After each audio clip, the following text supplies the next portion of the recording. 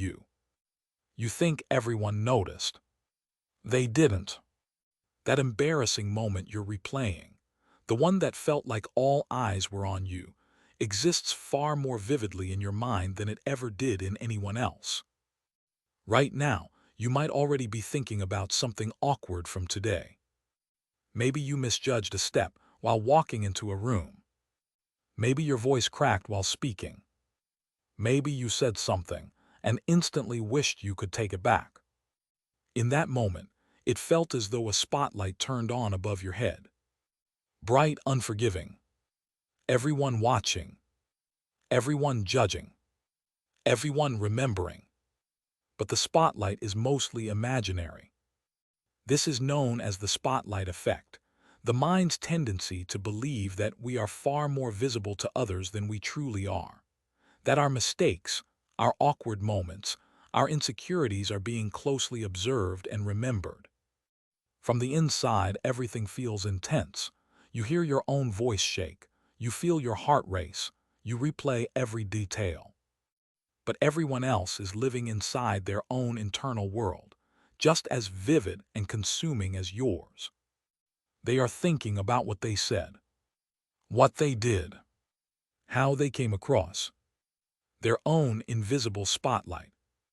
Most people noticed nothing at all. And those who did notice forgot almost immediately, their attention pulled back to themselves.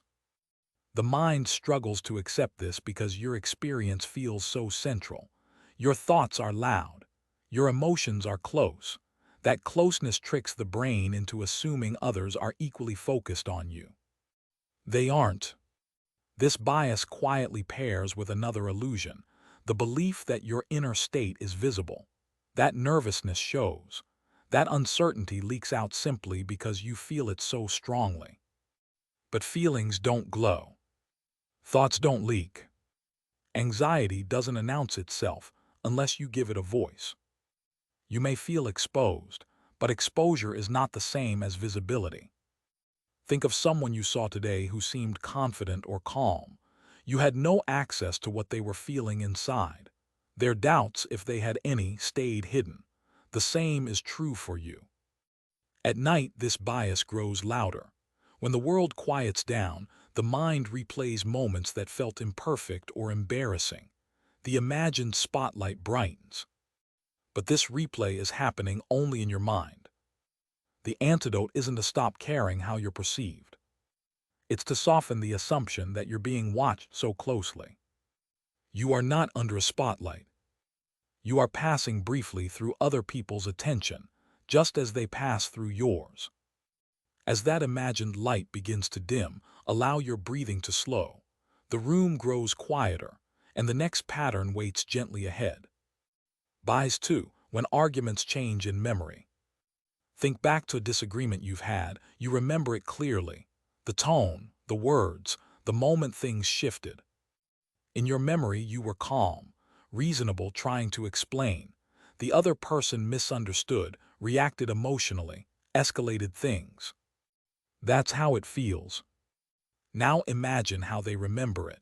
In their version, they were calm. They were reasonable. You were the one who misunderstood. Both memories feel true. This is consistency bias, the mind's quiet habit of reshaping the past to match who you believe you are now. It smooths contradictions, softens your own missteps, keeps your self-image intact. The brain dislikes internal conflict.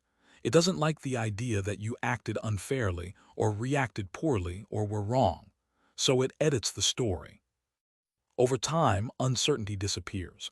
Doubt fades. What remains is a clean, confident narrative where your actions make sense. Choice-supportive bias works alongside this. After you make a decision, your memory highlights what supports it and dims what challenges it. The choice feels obvious in retrospect, even if it felt agonizing at the time. This is especially powerful in relationships. You remember being more patient than you were, more understanding, more composed, and the other person becomes, in memory, more unreasonable. They are doing the same thing. The result is two people arguing not about what happened, but about two different reconstructions of the same moment.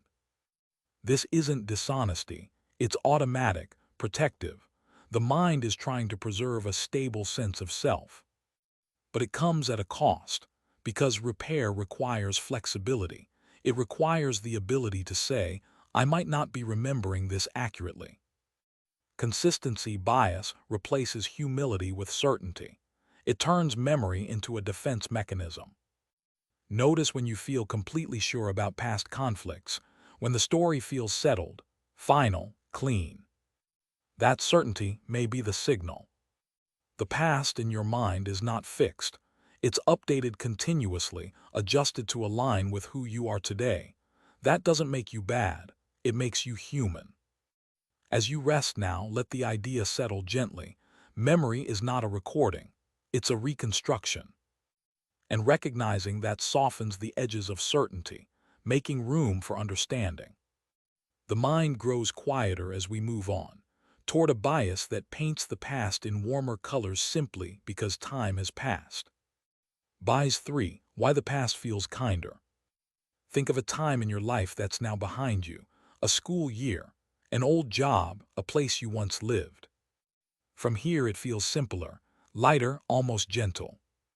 But while you were living it, it didn't feel that way. This is rosy retrospection, the tendency to remember past experiences as more pleasant than they actually were. The mind smooths discomfort and preserves highlights. Stress fades faster than joy. Embarrassment dulls. Daily frustrations lose their sharpness. What remains is a softened version of reality.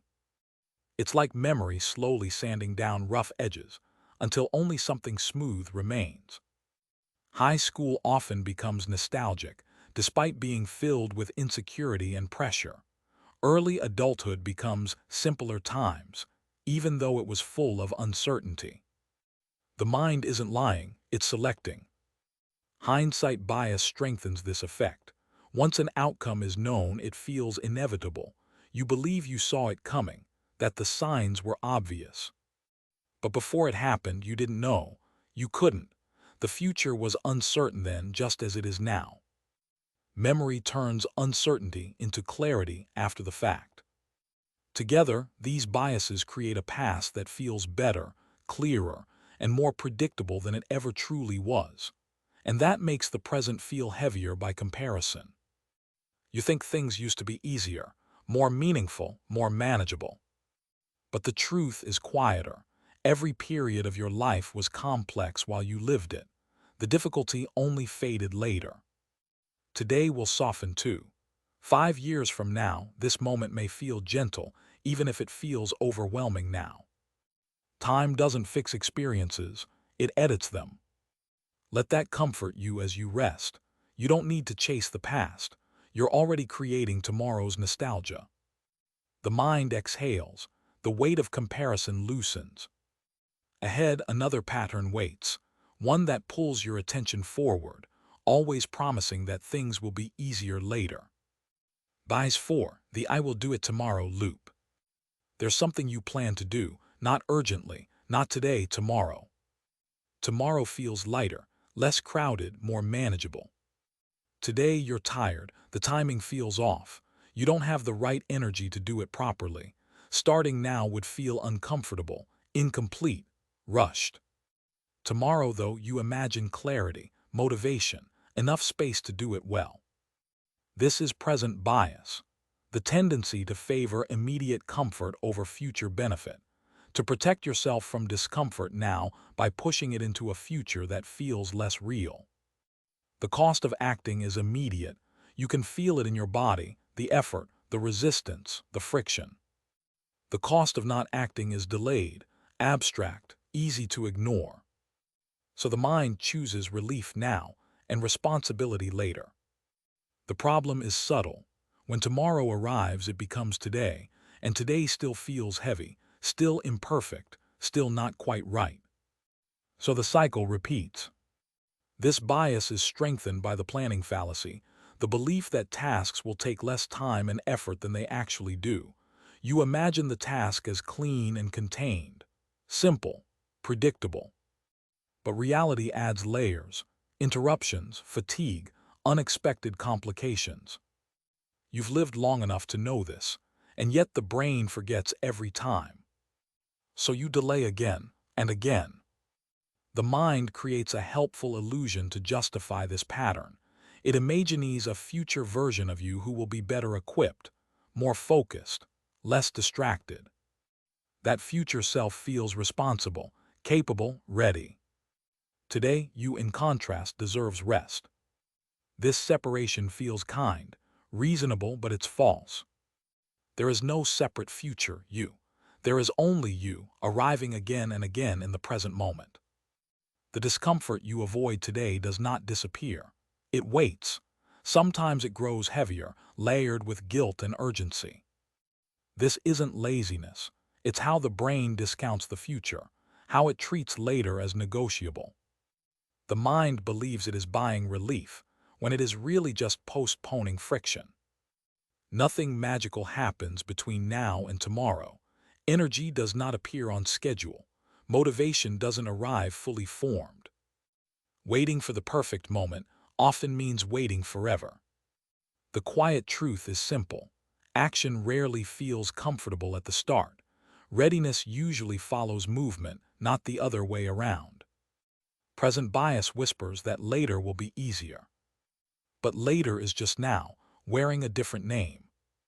As you rest, allow this idea to settle without judgment.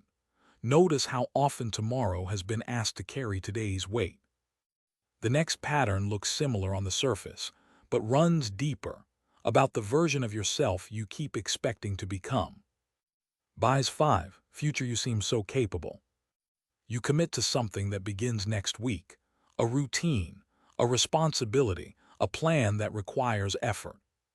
You feel confident saying yes. Future, you will handle it. Future, you will wake up earlier, stay focused longer, make better choices. Future, you seems calmer, stronger, more organized. This is impact bias, the tendency to overestimate how future events will affect your motivation and emotional state. In your imagination future, you exist under ideal conditions, well-rested, unburdened, free from distraction.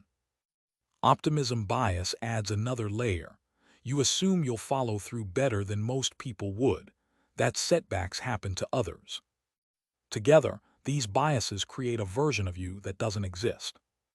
So you schedule commitments, buy supplies, make promises. And when the future arrives, you are still you. Same body, same energy limits, same competing demands. The alarm goes off early, and future you feels exactly like today you did when imagining it. Tired, resistant, human. This pattern repeats everywhere. Books bought and left unread, plans made and quietly abandoned, goals set and missed. Not because you don't care, but because you planned for an ideal version of yourself instead of a real one. Future you does not have more hours, more discipline, more resilience. Future you is just current you, standing in a different day. When expectations are built on fantasy, disappointment follows, and then self-criticism appears. What's wrong with me, you wonder? Nothing. You simply asked someone imaginary to do the work.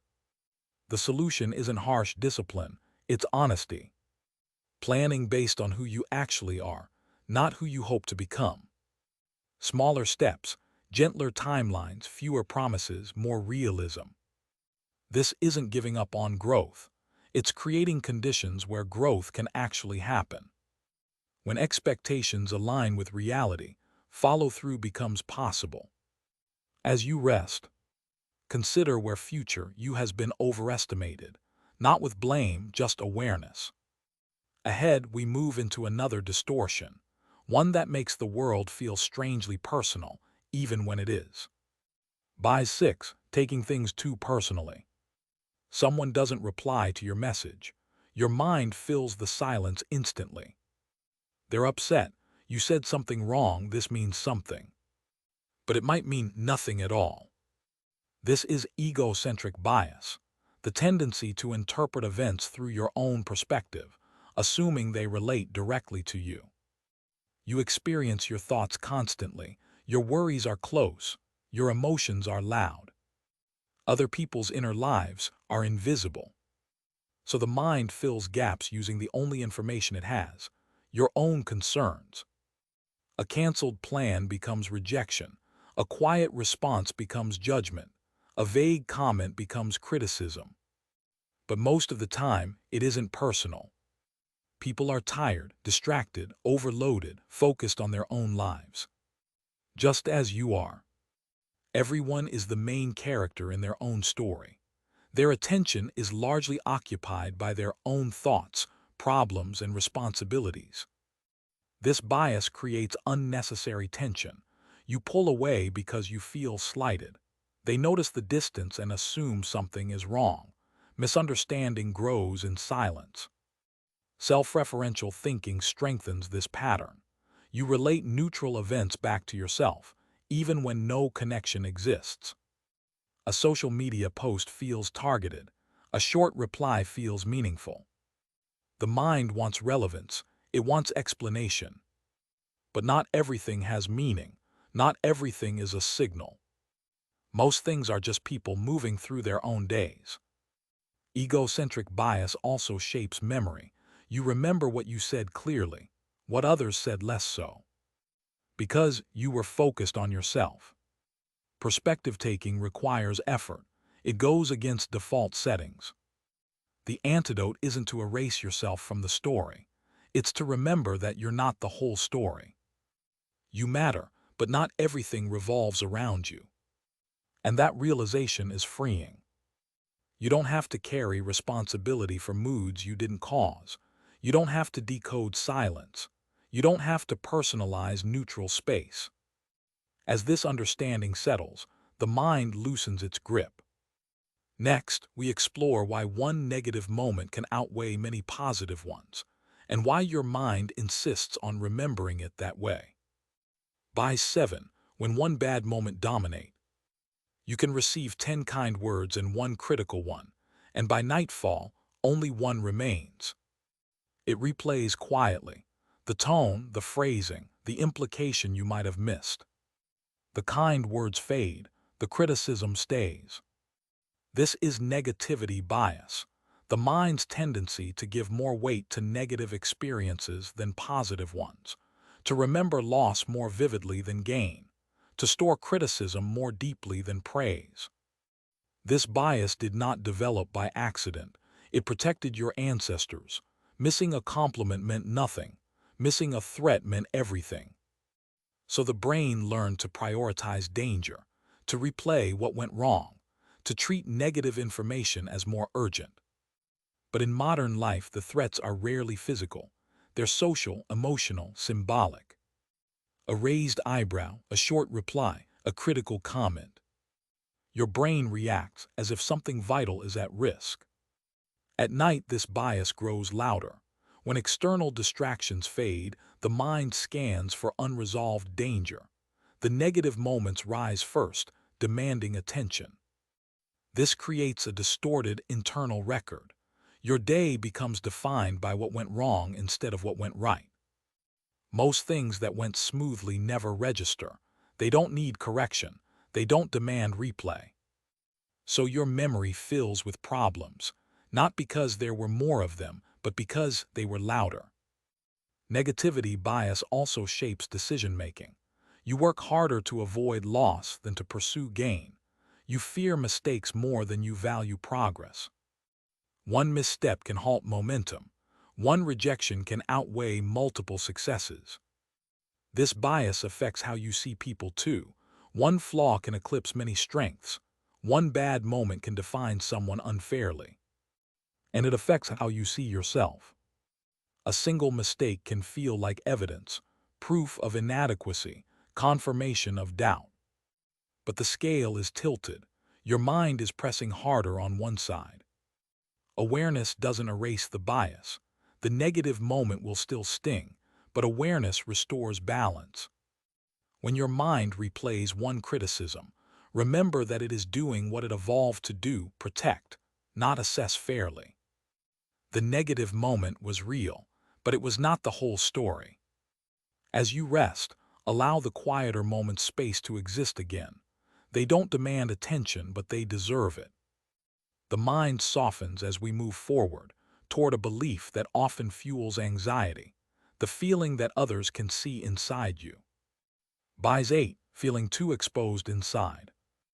Before speaking, your heart speeds up, your thoughts scatter, you feel exposed.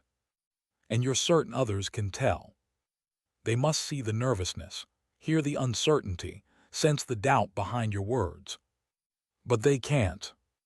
This is the illusion of transparency, the belief that your internal state is visible to others. Your emotions feel loud to you, immediate, impossible to hide. But feelings don't project outward the way you imagine. They stay inside. Your racing heart has no sound. Your anxious thoughts have no signal. Others see your posture, your words, your actions. They do not see your inner commentary. This illusion is reinforced by the curse of knowledge, the assumption that others know what you know, feel what you feel, notice what you notice. But they don't share your internal experience. Think of someone you've watched speak calmly. You had no access to their thoughts. Their anxiety, if present, was invisible. The same is true for you. This bias creates unnecessary fear. You worry about appearing nervous, which makes you more nervous, which deepens the fear.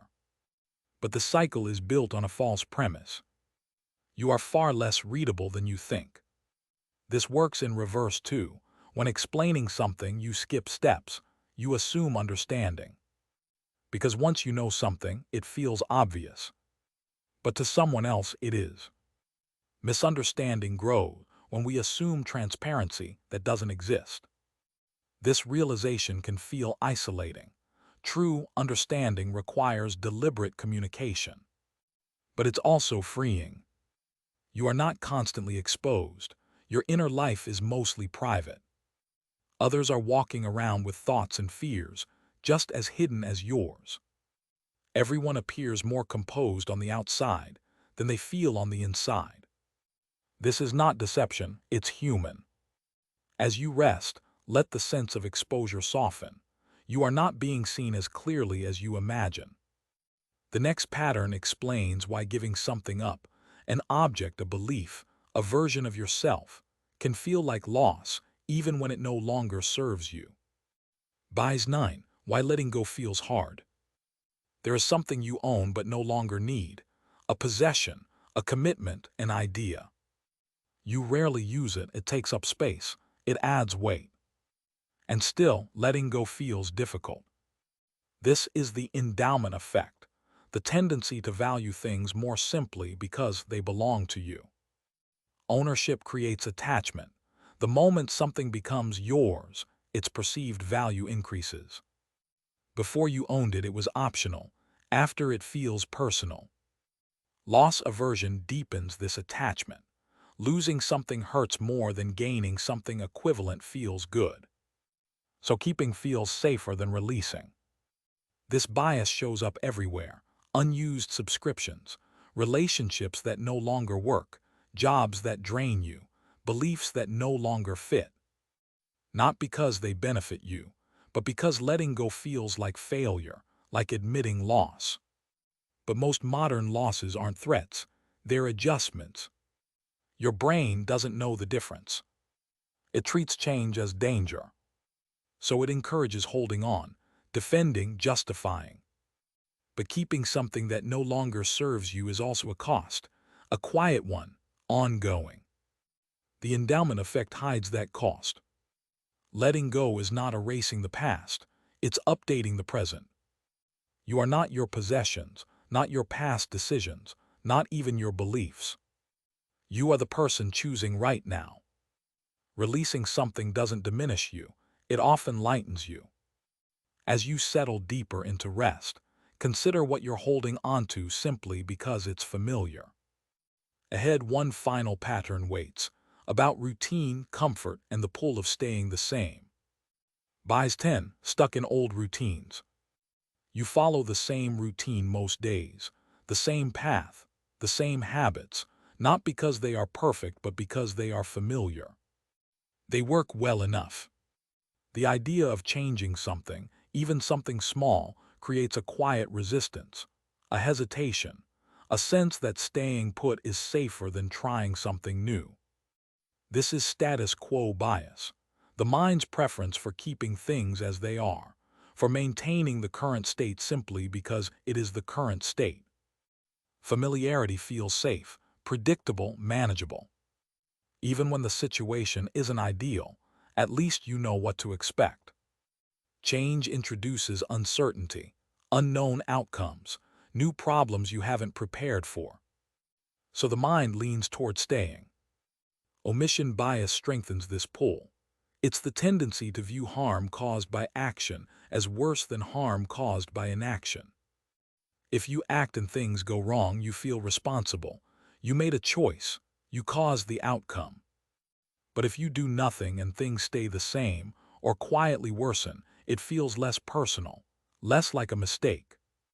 So inaction feels morally lighter, even when the consequences are just as real.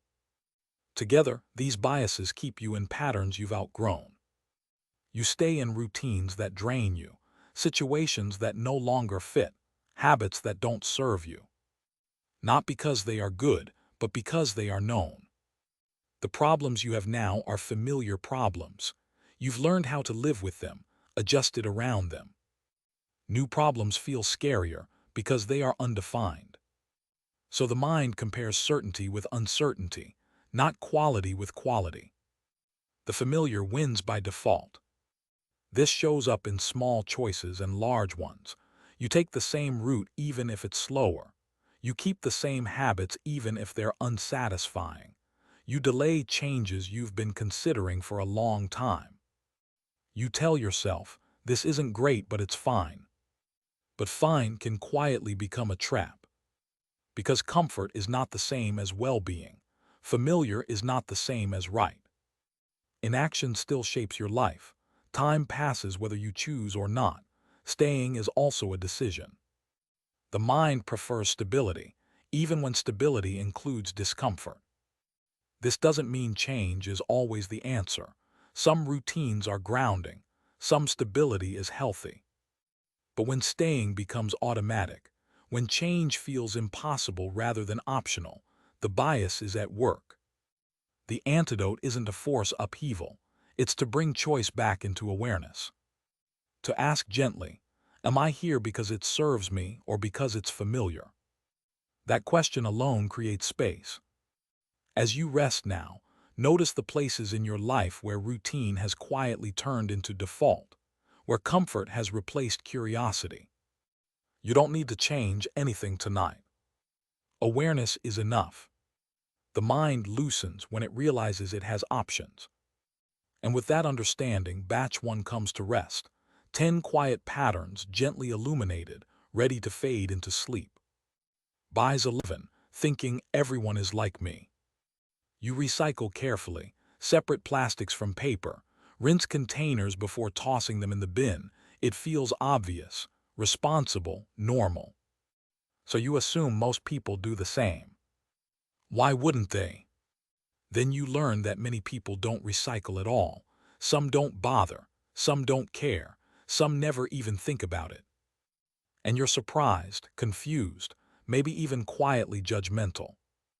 This is the false consensus effect, the tendency to assume that your own beliefs, values, and behaviors are far more common than they actually are. If something feels important to you, it feels important in general. If something seems obvious to you, it seems obvious to everyone. If you would make a certain choice, you assume most people would too. But they wouldn't, and they don't. Everyone moves through the world assuming their perspective is typical, that their reactions are reasonable, that their way of seeing things is shared by most others. This creates invisible echo chambers, not built intentionally, but assumed automatically. When you encounter someone who thinks differently, it doesn't feel like difference. It feels like deviation, like they're strange, uninformed, an exception. But to them, you are the exception. Pluralistic ignorance is the mirror image of this bias. It happens when you privately doubt something but assume everyone else believes it. So you stay quiet.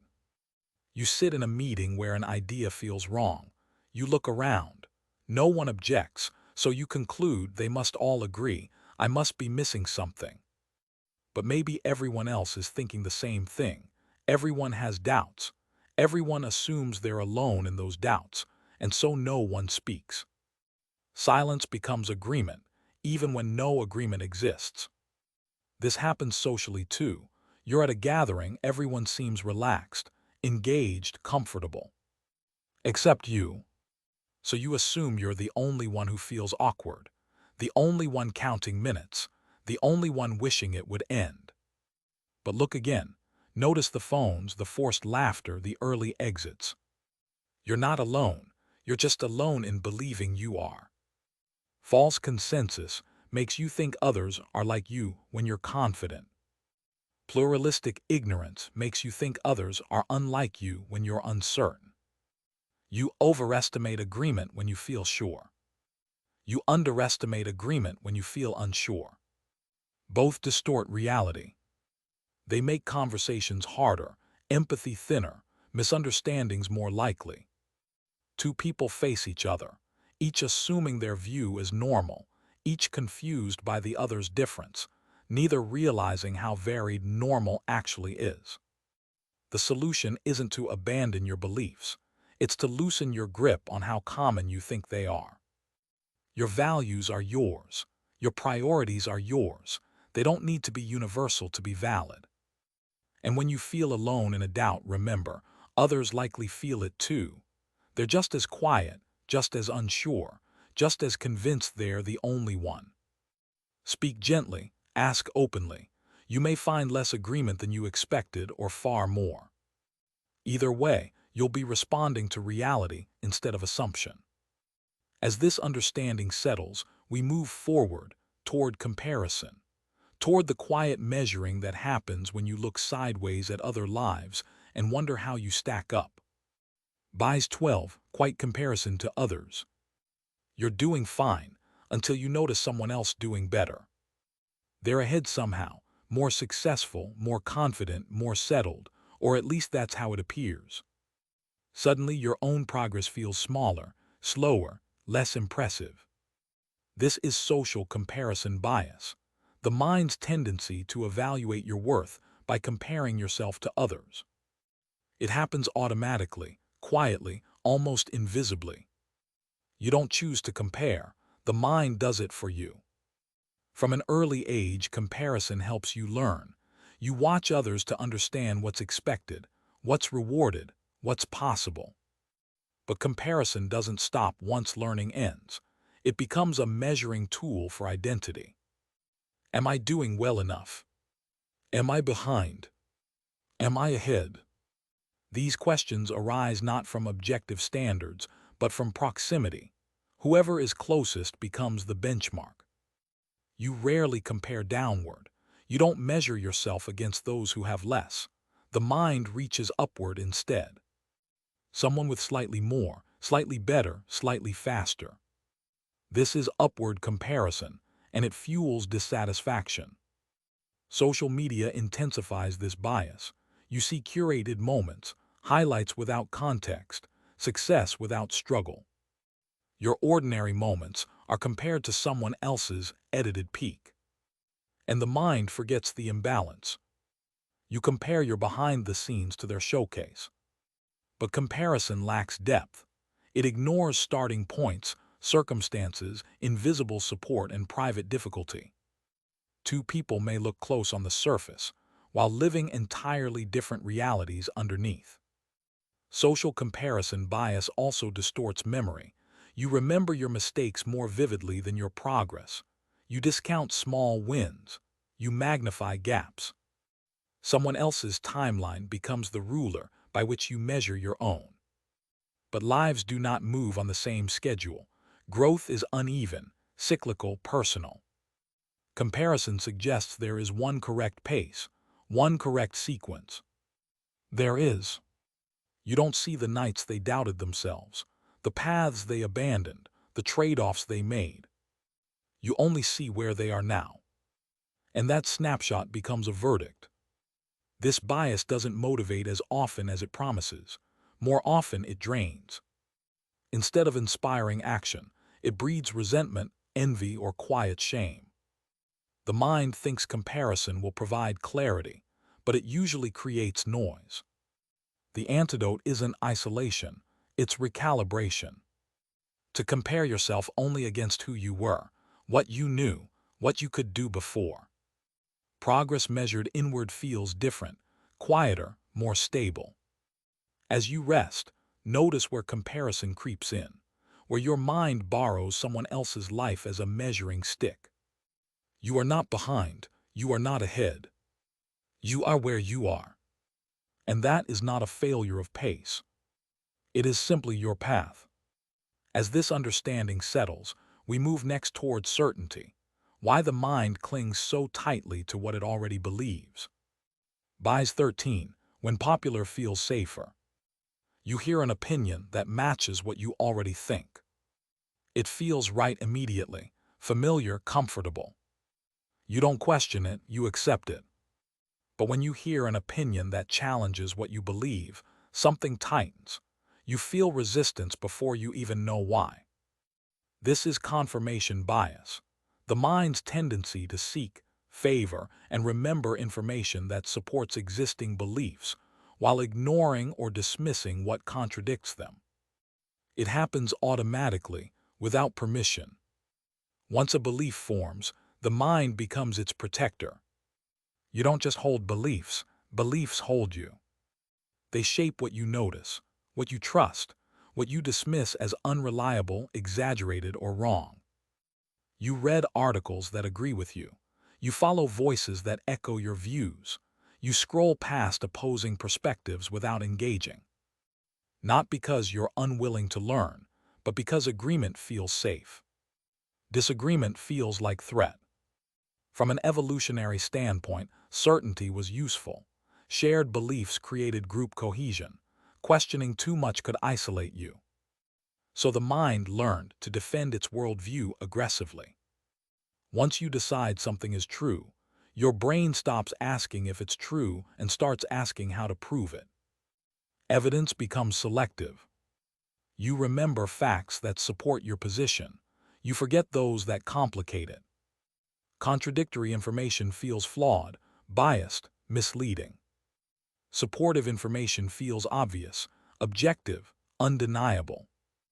This bias strengthens with identity. When a belief becomes part of who you are, challenging it feels personal.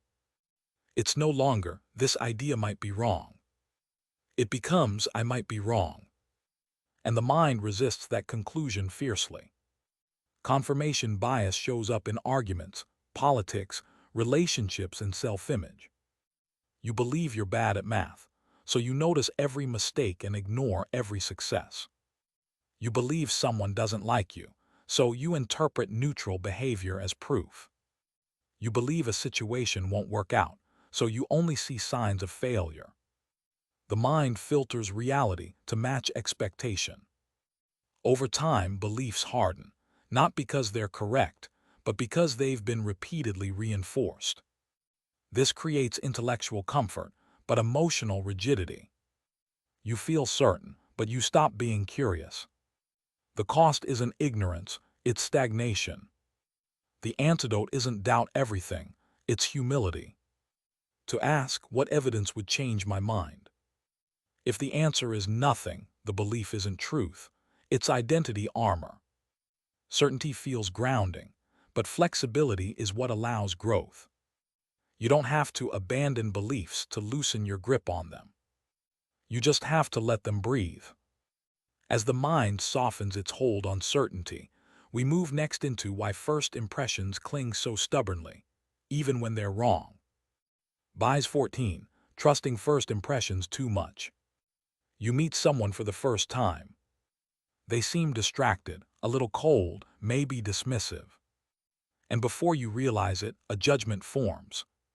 Not friendly. Not my kind of person. That impression settles quietly, comfortably. It feels complete. This is the primacy effect. the tendency for first impressions to carry more weight than everything that comes after. The first information you receive becomes the anchor. Everything else gets interpreted in relation to it. If the first impression is positive, you forgive flaws. If it's negative, you notice every misstep. The halo effect strengthens this bias. One positive trait, confidence, attractiveness, charm, casts a glow over everything else. Intelligence is assumed. Kindness is implied. Competence is taken for granted. The horn effect does the opposite. One awkward moment, one mistake, one bad day, and suddenly everything about the person feels wrong. Your mind fills in the blanks. These judgments form fast, seconds fast. Before logic, before reflection, before evidence. And once they form, they resist change. You don't update impressions easily, you defend them. When new information contradicts your first judgment, your brain works to explain it away. They were just pretending. This isn't the real version of them. I knew my first instinct was right. This happens constantly in friendships, workplaces, dating, leadership, politics. Job interviews are often decided in the first few minutes. The rest becomes confirmation. First dates feel heavy because everyone knows the stakes, even if they don't say it out loud. First days feel defining because they often are. But first impressions are formed in narrow windows, specific contexts, temporary moods. Someone might be tired, nervous, distracted, having the worst day of their week. And that moment becomes their identity in your mind. This creates quiet injustice. People get stuck with impressions they didn't earn. Others benefit from impressions they didn't deserve. A charming first moment can carry someone far. An awkward one can follow someone for years. First impressions feel accurate because they're confident, clear, immediate. But confidence isn't accuracy. Your brain prefers efficiency over fairness. It would rather be fast than correct. The cost is depth. People are more complex than their first 30 seconds, more layered than a single interaction allows. The antidote isn't ignoring first impressions, it's holding them lightly. Let them be a starting point, not a conclusion. Curiosity is the corrective. When an impression feels strong, pause. Ask what you don't know yet. Because what you saw first may be the least representative version. And now we move deeper into how repetition alone can make something feel true, even when it is. Bias 15. Why familiar feels true. You hear an idea once. It sounds uncertain, maybe questionable. You hear it again. It sounds better. You hear it enough times, and eventually it stops sounding like an opinion and starts sounding like a fact. This is the mere exposure effect, the tendency to prefer things simply because they're familiar. Repetition creates comfort. Comfort creates trust. And trust often gets mistaken for truth. The idea doesn't become more accurate. You just become more used to it. This works on song, brands, faces, opinions, slogans, and beliefs. A song you disliked at first grows on you, not because it changed, but because it stopped feeling new. A brand feels reliable because you've seen it everywhere. A phrase feels obviously correct because you've heard it repeated for years. Familiarity smooths resistance. Fluency strengthens this illusion. Fluency is how easy something is to process. Simple sentences feel more true than complex ones. Easy names feel more trustworthy than hard ones. Clear slogans feel more accurate than nuanced explanations. Even when they're not. Your brain confuses ease with accuracy. If something flows easily through the mind, it feels right. If it feels difficult, complex, or unfamiliar, it feels suspicious. This is why misinformation spreads faster than corrections. Lies are simple. Truth is layered. Lies repeat well. Truth requires effort. Propaganda uses repetition for a reason. Say something often enough, simply enough, and it begins to feel self-evident. You don't remember learning it. You just remember knowing it. And when challenged, it feels strange, like questioning gravity. You feel resistance not because it's wrong, but because it's familiar. This bias works quietly. You don't notice yourself trusting something more because you've seen it before. You just feel comfortable with it. And comfort feels safe. But familiarity isn't evidence. Repetition isn't proof. And ease isn't truth.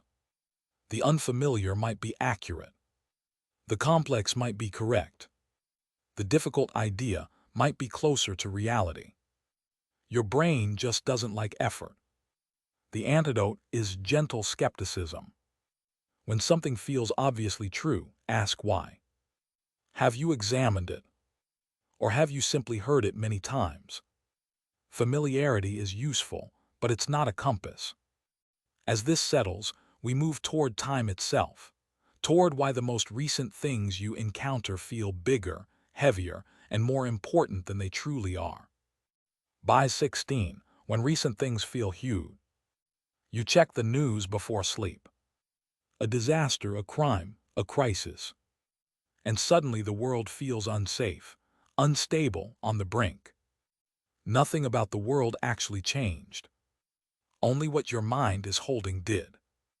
This is recency bias, the tendency to give more weight to what you encountered most recently than to what is most representative.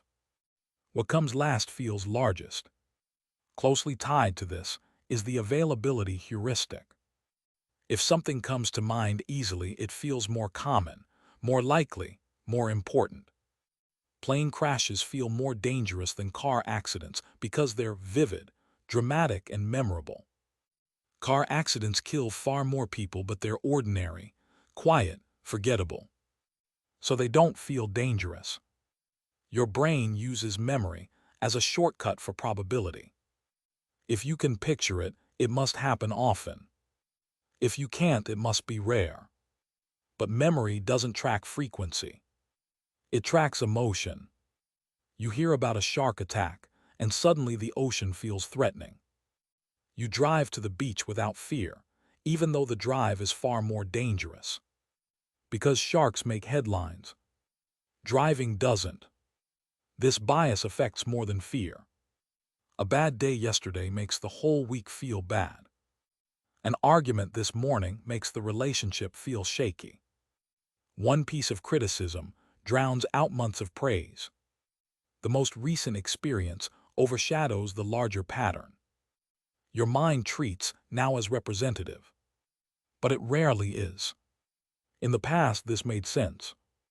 Recent danger mattered more than old danger.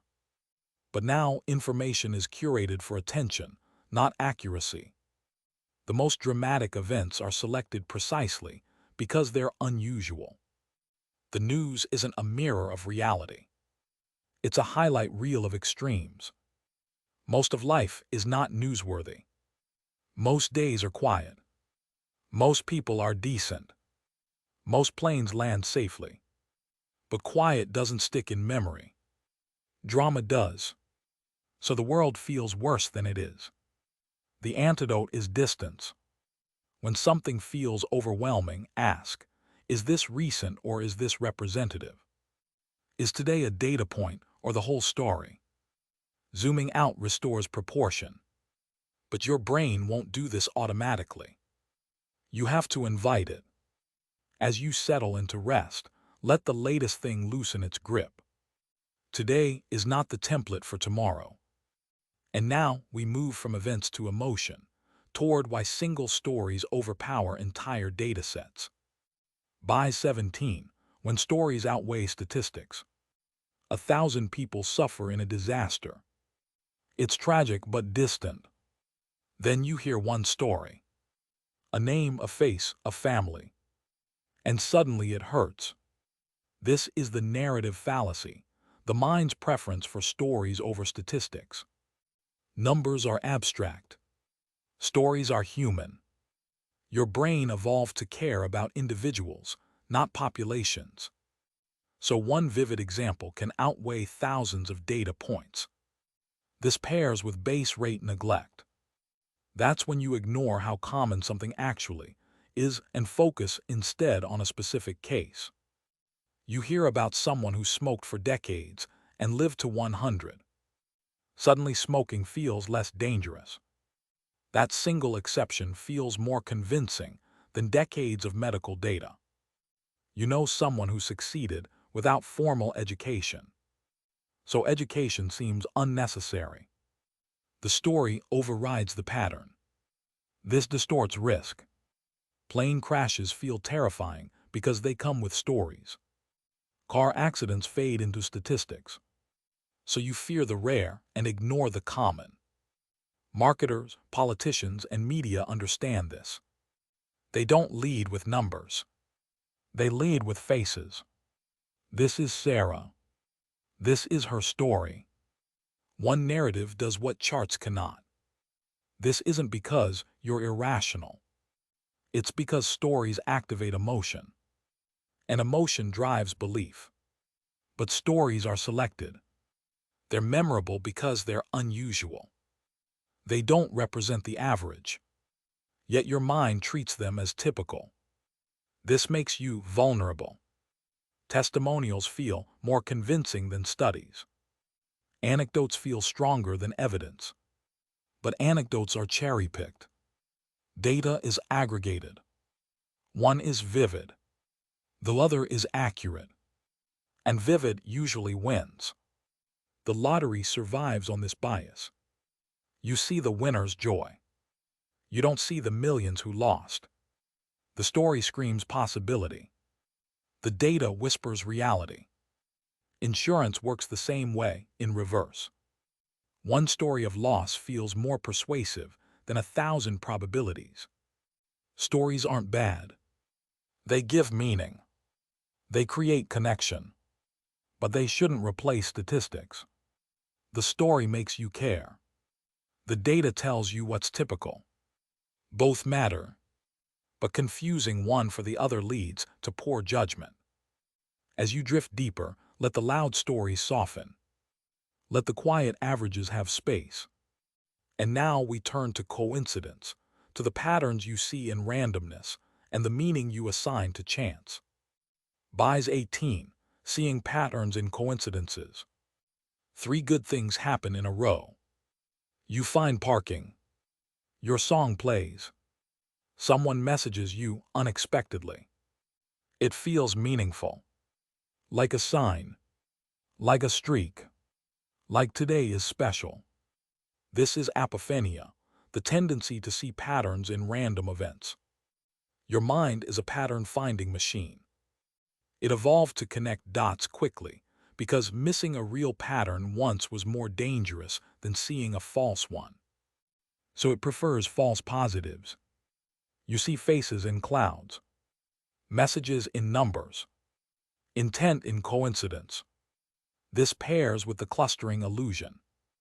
Random sequences naturally clump. 3 heads in a row feels suspicious. But it is. That's what randomness looks like. You expect randomness to be evenly spaced. Reality is. Coin flips cluster. Events bunch together. Streaks appear naturally. But your brain interprets them as meaning.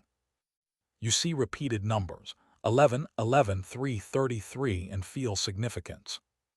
But you check the time constantly. Eventually, repetition is inevitable. You think of someone and they call. It feels extraordinary. But you forget the hundreds of times you thought of them and nothing happened. Memory keeps the hit. Discards the miss. Superstition grows here. Lucky shirts. Rituals. Signs from the universe. You remember when the ritual worked. You forget when it didn't. Your brain edits reality to preserve the pattern. The gambler's fallacy lives here. After losses, you feel a win is due. As if probability balances itself. It doesn't. Each event is independent. The dice don't remember. Neither does fate. The hot hand fallacy is the opposite. After wins, you feel unstoppable. Like momentum exists in randomness. But streaks don't change odds. They just feel meaningful. This bias creates magical thinking. You feel guided, protected, watched. But randomness doesn't send messages. It just happens. That doesn't make life empty. It makes meaning your responsibility. The parking spot didn't appear for a reason, but you can use the time it saved. The coincidence didn't mean anything, but your response does. As you drift toward rest, let chance be chance. Let coincidence be coincidence. Meaning doesn't arrive through signs. It's created through choice. And now we turn to control, to why you feel more influence over outcomes than you truly have.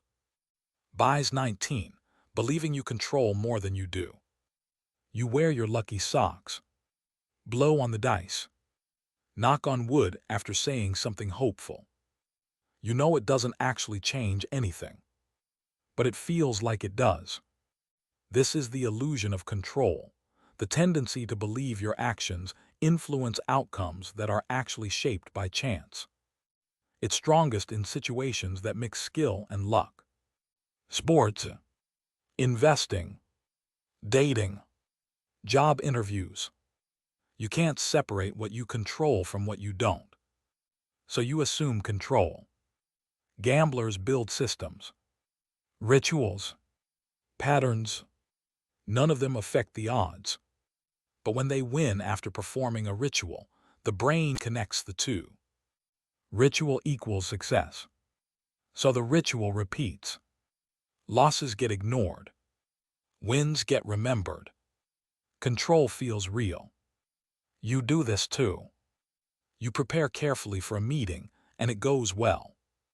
Was it preparation? Timing? The other person's mood? You don't know. But you credit what you can see, your effort. When things fail, the illusion turns inward.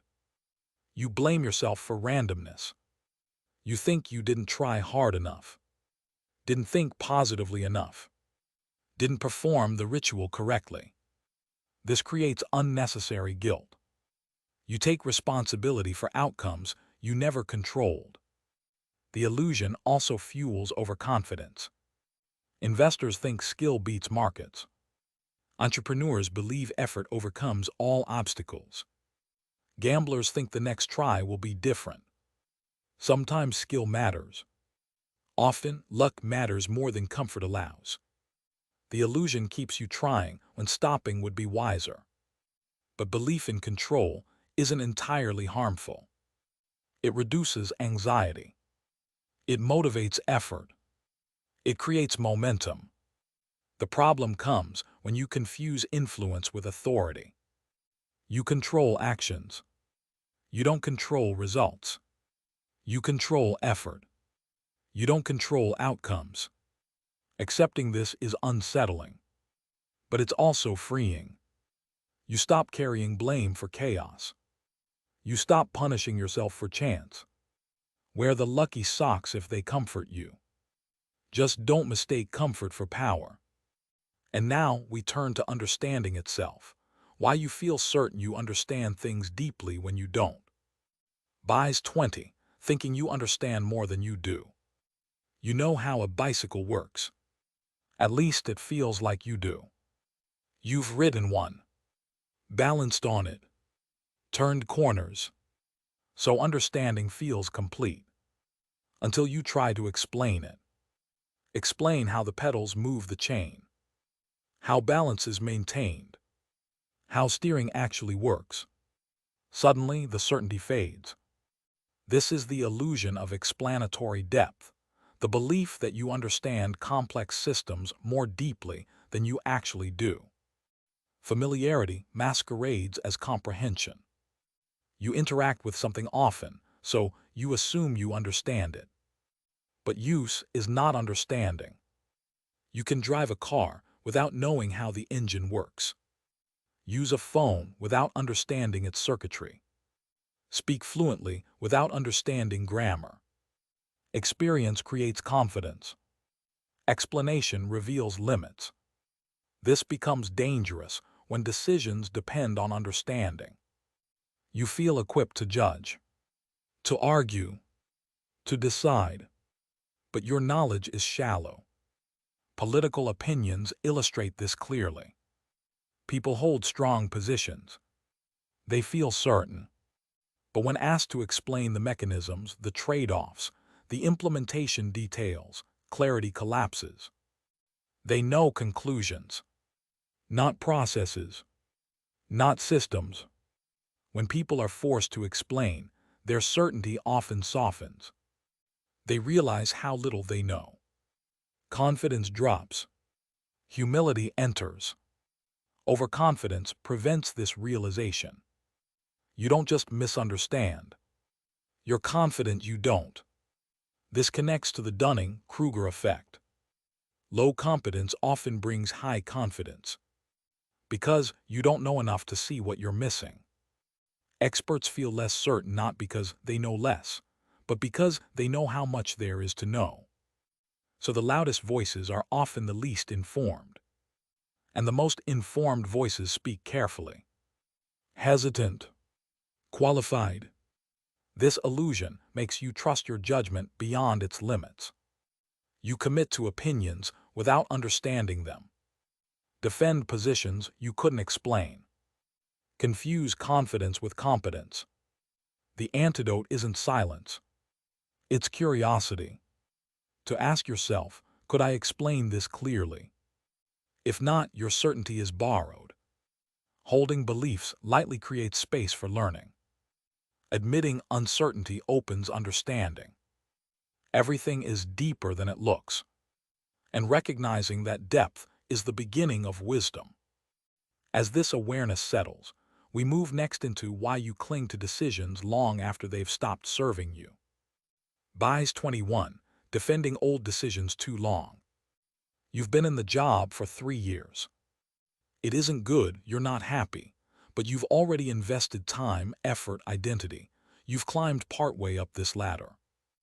Leaving now feels like wasting those years, like admitting you were wrong, like throwing away everything you put in. So you stay. Not because staying is good, but because leaving feels like losing.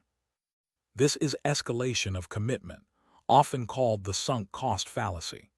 The tendency to continue investing in something simply because you've already invested so much, even when stopping would clearly be better. The past investment is gone either way. It cannot be recovered.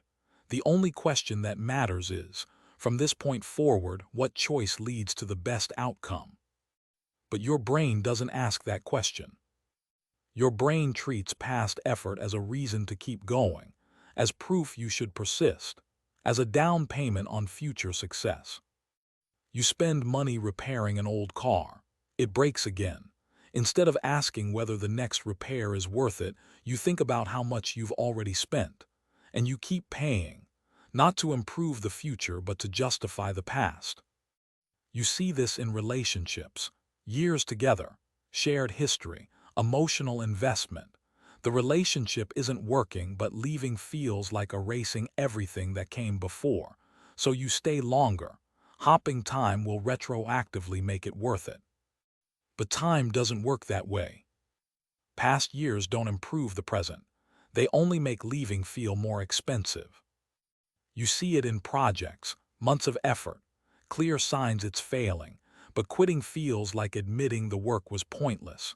So you invest more time, more energy, more resources. The project doesn't become viable because you've suffered for it. You're just increasing the cost of walking away. Consistency bias strengthens this trap. Your mind wants your story to make sense. It wants past you and present you to agree. Quitting implies past you was wrong, and your brain resists that conclusion. So you defend the original decision by continuing it. You stay consistent instead of staying rational. This pattern scales up. Governments continue losing wars because too much has already been sacrificed. Companies pour money into failing products because they've already invested millions. People finish books they hate because they've already read half. The investment doesn't improve the future. It only makes quitting feel worse. The correction is simple but emotionally hard. Separate past from future. Ask yourself, if I were starting today with no prior investment, would I choose this? If the answer is no, then continuing won't change that. Quitting feels like failure, but continuing doesn't undo the cost, it just adds more. The effort is already spent, the time is already gone. The only real mistake is allowing sunk costs to dictate future choices. Sometimes the strongest decision isn't persistence. It's stopping. As that realization settles, we move from defending decisions to defending something deeper, the beliefs that become part of who you are. Bias 22, when beliefs become identity. You believe something deeply.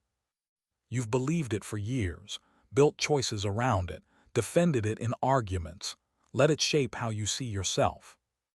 Then evidence appears that challenges it, clear evidence, uncomfortable evidence, evidence that doesn't fit. Do you update the belief? Or do you defend it harder? Most people defend it because the belief is no longer just an idea. It's part of their identity. Changing it would mean changing who they are. This is identity protective cognition paired with belief perseverance. When a belief becomes tied to your sense of self, questioning it feels like a personal attack, and you respond the way people respond to threats by defending yourself. Political beliefs are the clearest example. For many, being liberal or conservative isn't about policy details. It's about belonging, values, tribe, moral identity. Present evidence that contradicts those beliefs and watch what happens. Rarely curiosity, more often dismissal, attacking the source, reframing the facts, doubling down. Because accepting the evidence wouldn't just mean changing an opinion. It would mean betraying an identity. Religion works the same way. When belief is tied to community, purpose, and meaning, questioning it threatens everything at once. The cost of changing feels too high, so the mind refuses to seriously consider alternatives. But identity-based beliefs aren't limited to politics or religion.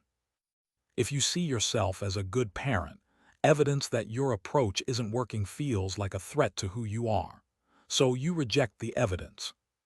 If you see yourself as healthy, evidence that your habits aren't as good as you thought feels personal, so you search for confirming information and ignore the rest. If you see yourself as an expert, being wrong isn't just inconvenient, it's humiliating, so you defend your position instead of updating it. Belief perseverance keeps beliefs alive even after their foundations collapse. Even when you know they might be wrong, they still feel right.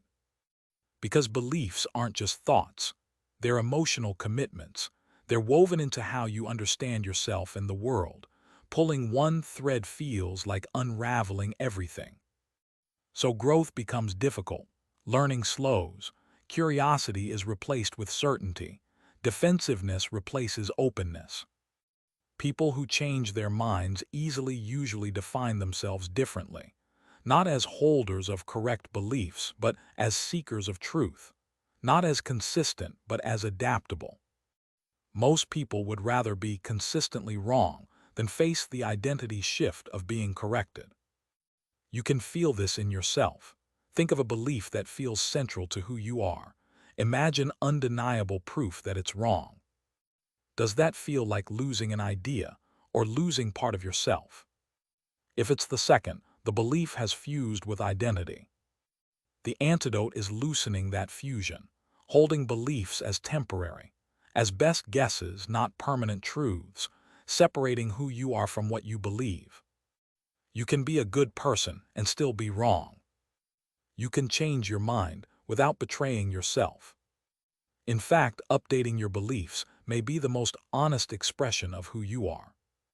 As that possibility opens, we turn to another deep need, the need to believe the world itself is fair. Bias 23, needing the world to be fair. A good person suffers. A kind child is harmed. A hardworking family loses everything. Your first reaction, even if you never say it out loud, might be, what did they do wrong? What mistake led to this? Not because you're heartless, but because the alternative, that bad things happen for no reason, is frightening. This is the just world belief, the idea that people get what they deserve and deserve what they get, that the world is fundamentally fair, that good behavior protects you. It's comforting. If the world is just, then your choices matter more than chance. Be careful, be good, work hard, and you'll be safe. But the world isn't fair. Good people get sick. Bad people succeed. Effort doesn't guarantee outcomes. Chance, genetics, timing, and circumstance shape lives as much as character ever does. Admitting this is hard, because it means admitting vulnerability, that you can do everything right and still lose. That control is limited. So instead, the mind reshapes reality. When someone suffers, you look for causes in their behavior, poor choices, lack of effort, failure to be careful, anything that preserves the idea that suffering is earned. This leads to victim blaming, not always from cruelty but from fear. If their suffering was caused by their mistakes, then yours can be avoided. You see it in how people talk about poverty, illness, violence. Structural causes are ignored. Randomness is denied. Responsibility is placed entirely on the person who suffered. The just world belief also turns inward. When something bad happens to you, you don't just feel pain, you feel shame. If the world is fair, then your suffering must mean you failed, that you deserve it. But suffering isn't a verdict on character. Cancer isn't punishment. Job loss isn't always incompetence. Failure isn't proof of moral weakness. Related to this is moral luck, the fact that outcomes depend heavily on factors outside your control. Two people make the same risky choice. One gets lucky, one doesn't. The unlucky one is judged harshly. The lucky one is praised. Same behavior, different outcomes. Yet we judge outcomes as if they reflect virtue. Success becomes evidence of goodness. Failure becomes evidence of fault. Accepting that the world isn't fair feels destabilizing, but it also creates compassion for others and for yourself. It allows you to see suffering without needing to justify it, to respond with empathy instead of judgment. The world doesn't owe fairness. Recognizing that doesn't make you bitter. It makes you honest. As that honesty settles, we turn to how differently you judge yourself compared to others. Bias 24, judging others harsher than you. Someone cuts you off in traffic. You think, what a rude person. You cut someone off. You think, I didn't see them, I'm stressed, it was an accident.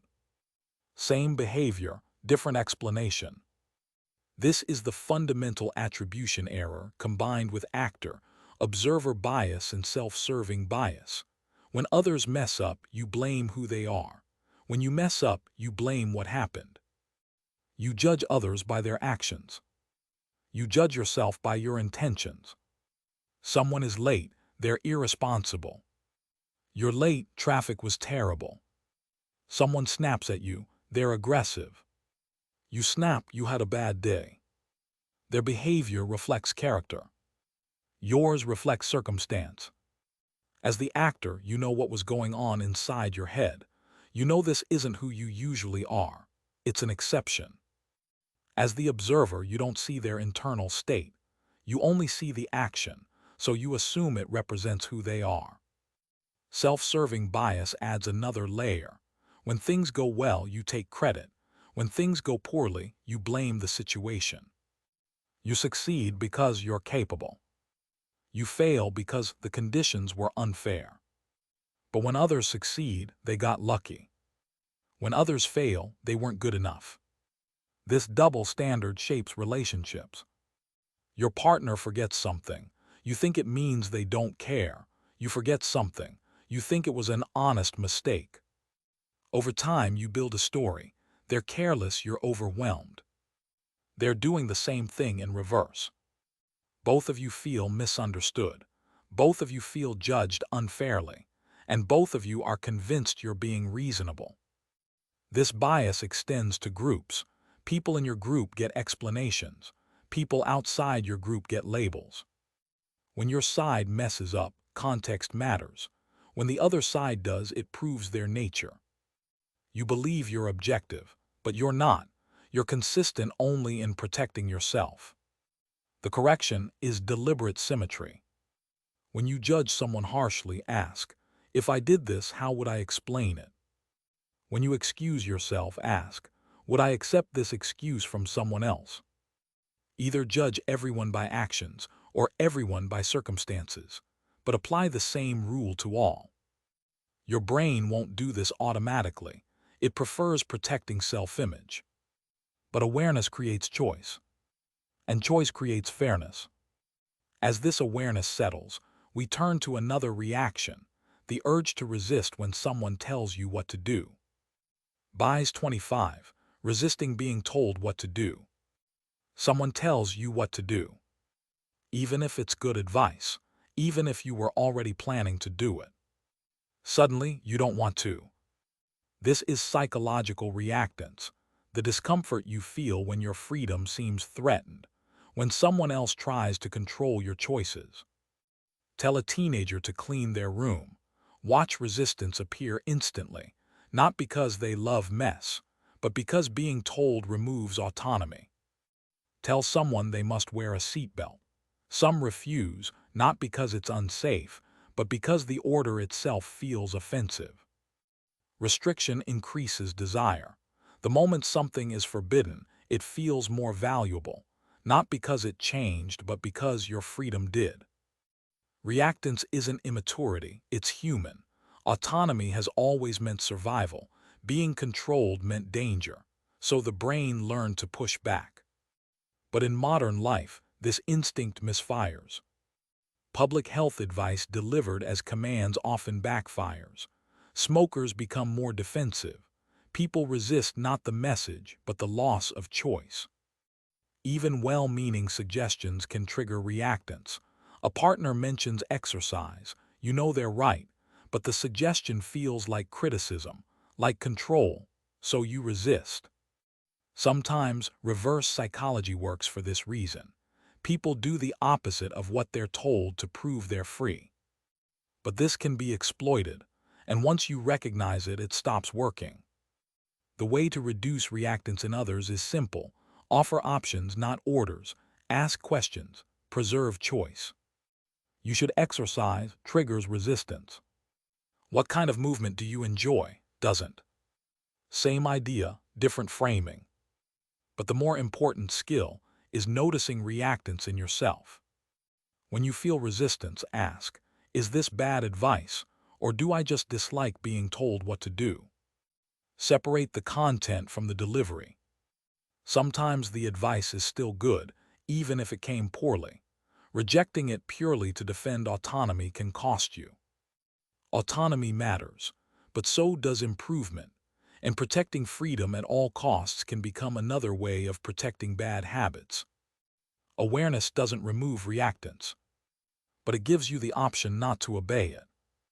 As that settles, we return to numbers, and how the first number you hear quietly shapes everything that follows. Bias 26, stuck on first numbers heard. You're negotiating salary. They offer a number first. Even if you had a different number in mind, that first figure sticks. Your counter drifts toward it, not because it's fair, but because it became the reference point. This is anchoring bias. The first number you hear becomes the mental anchor.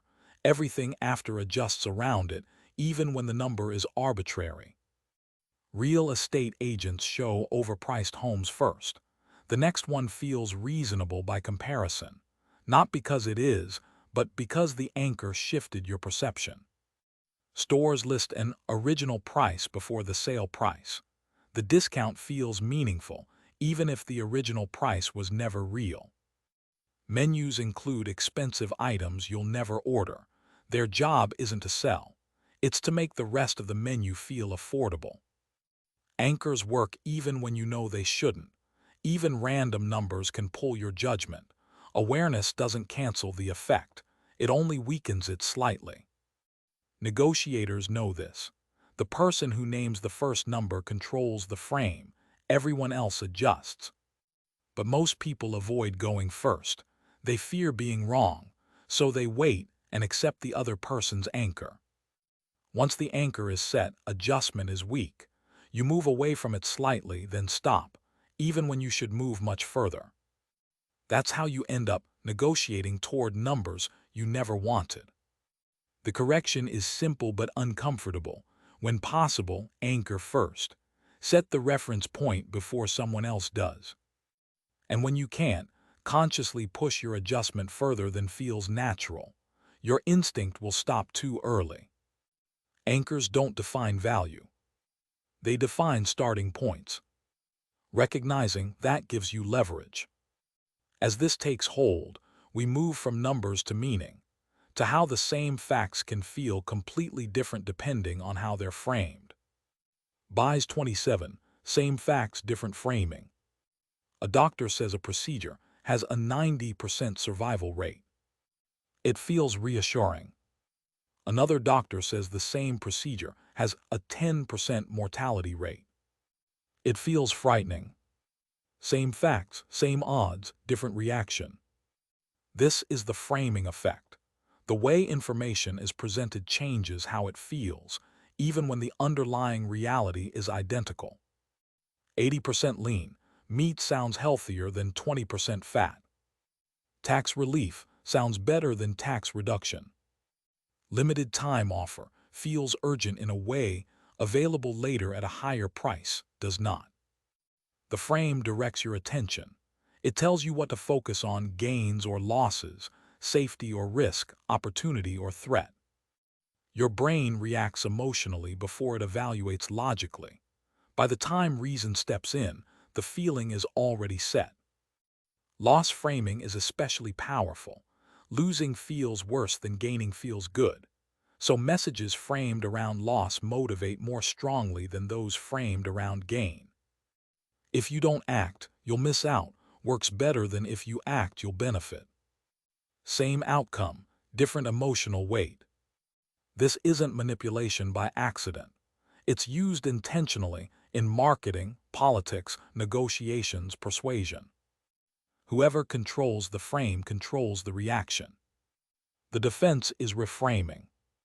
When something triggers a strong reaction, restate it another way. Flip gain to loss, survival to mortality, discount to original cost. If your reaction changes, the frame, not the facts, was doing the work. Reframing doesn't make decisions easy, but it exposes hidden influence. It returns some control. Most of the time, you don't react to reality. You react to how reality is presented. As this becomes clear, we turn to exhaustion, to what happens when there are too many options and too many decisions. Buys 28, too many choices, less clarity. You want to buy something simple. There are too many options. You compare, you hesitate, you leave without choosing or choose and feel uncertain. This is choice overload, also called the paradox of choice. More options promise freedom, but past a point they create paralysis. Each option adds comparison. Each comparison adds doubt. What if another choice is better? What if you regret this? With a few options, choosing is easy. With many, your brain can't hold everything in mind. The effort becomes exhausting. This connects to decision fatigue. Every decision drains mental energy. Small choices accumulate until your ability to choose well collapses. By the end of the day, you default, you procrastinate, you avoid deciding at all. This is why people simplify. Same meals, same clothes, same routines, not from laziness but to protect limited mental resources. Choice overload shows up everywhere: streaming platforms, dating apps, investment options, menus with endless pages. The problem isn't lack of choice, it's too much of it. With many options, you're aware of everything you didn't choose. Every decision feels like multiple losses. Every alternative becomes a potential regret. With few options, the unchosen barely register. The solution isn't eliminating choice, it's limiting it. Reduce options to a small set. 3 to 7 works well. Decide among those. Ignore the rest. When overwhelmed, ask for recommendations. Let someone else filter, then choose. Your capacity to decide is finite. Waste it on trivial choices, and important ones suffer. Simplify so you can choose better. As this clarity returns, we move to fear, to how vivid warnings stick in memory and distort perception of risk. Bias 29. Vivid warnings that linger. You hear about a rare tragedy. A plane crash, a shark attack, a violent incident. Suddenly the world feels more dangerous. The image sticks, the fear lingers. This is availability bias, amplified into an availability cascade. Vivid, emotional events are easier to recall. Because they're easier to recall, they feel more common. Your brain estimates risk based on what comes to mind quickly. Dramatic stories come to mind faster than statistics, so they feel more likely. Shark attacks receive massive coverage. They're rare but memorable. Vending machine accidents are more common and nearly invisible. So you fear the ocean and ignore the machine. Repetition strengthens the illusion. The more often a story is told, shared, replayed, the more real and frequent it feels, even when nothing has changed. This shapes behavior. Parents restrict freedom. People avoid safe activities. Policy responds to fear rather than probability. The cascade feeds on attention. Emotional stories spread faster than dull facts, and once fear takes hold, it reinforces itself. Checking statistics helps, but only partially. Knowing something is unlikely doesn't erase the image. Emotion outpaces logic. That's why these warnings linger. They bypass reason and settle in memory. The defense is comparison. When something feels scary, ask, compared to what? What risks do I ignore that are actually greater? Fear doesn't disappear, but it becomes proportional. As this distortion fades, we turn to another trap, the chase for new information, even when it won't change anything. Bias 30. Overvaluing new information. You're close to a decision. You already know enough to choose. But you keep searching. One more article, one more opinion, one more piece of information that will make everything clear. This is information bias, paired with novelty bias.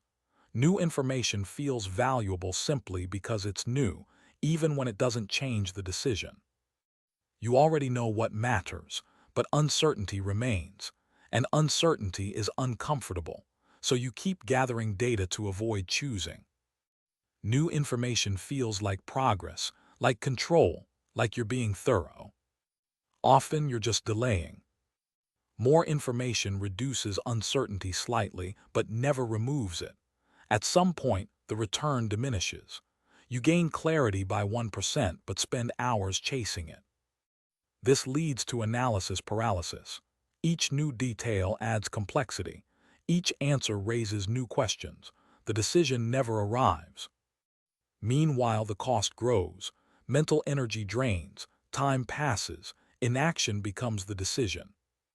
The solution is setting limits.